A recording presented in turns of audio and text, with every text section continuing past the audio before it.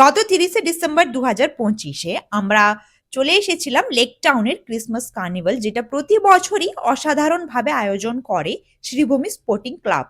ঝলমলে আলো, বিশাল Christmas tree, সুন্দর ডেকোরেশন, ফুড স্টল, গেমস আর লাইভ প্রোগ্রাম সব মিলিয়ে এখানকার পরিবেশ একেবারে ম্যাজিক্যাল। তো চলুন আপনাদেরও এই জায়গাটা একবার ঘুরে দেখিয়ে দিই। যদিও এখন এটা শেষ হয়ে গেছে, কারণ এটি ২৪শে ডিসেম্বর থেকে শুরু হয়েছিল আর ১লা জানুয়ারি পর্যন্তই থাকে। তো এই কার্নিভালটা লেক টাউনের ক্লক টাওয়ারের ঠিক কাছে এলাকাটিতে হয়। আর এটাকে কিন্তু মিনি পার্ক স্ট্রিটে রূপান্তরিত করা হয়, মানে পুরো লাইটিং, ঝলমলে আলো, সঙ্গীত, খাবারের স্টল, বিশেষ করে পৌষ পার্বণের জন্য স্থানীয় বাঙালি খাবার সহ সাংস্কৃতিক অনুষ্ঠান এবং হস্তশিল্পের আয়োজন করা হয়, যা শহর জুড়ে ক্রিসমাস এবং বাঙালির ঐতিহ্যের প্রাণবন্ত মিশ্রণের জন্য ভিড় জমায়।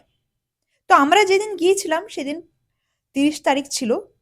সেদিন ভালোই লোকজন হয়েছিল।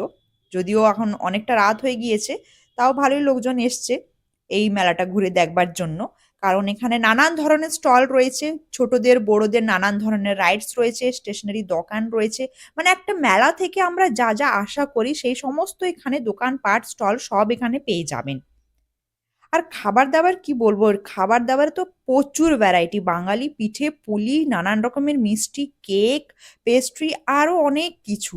ব্র্যান্ডেড খাবারের দোকান থেকে শুরু করে স্থানীয় সুস্বাদু খাবার পর্যন্ত বিভিন্ন ধরনের খাবারের স্টল ছিল, যেখানে প্রায়শই বাঙালি পৌষ পার্বণের আইটেমের সাথে ক্রিসমাসের মিষ্টি মিশ্রিত করা হয়। আর ছিল হস্তশিল্প, পোড়ামাটির জিনিসপত্র, রঙিন বাতি এবং ঐতিহ্যবাহী ভারতীয় সুতির ব্যাগের স্টল। তো সব মিলিয়ে এই বড়দিন এবং বাঙালি ফসল উৎসব, পৌষ পার্বণ উভয়ই উদযাপন করা হয় বিচিত্রময় সাংস্কৃতিক অনুষ্ঠান দিয়ে। তো এখানে এলে এক কথায় পারিবারিক আনন্দ আর শিশুদের আকর্ষণ দুটোই রয়েছে।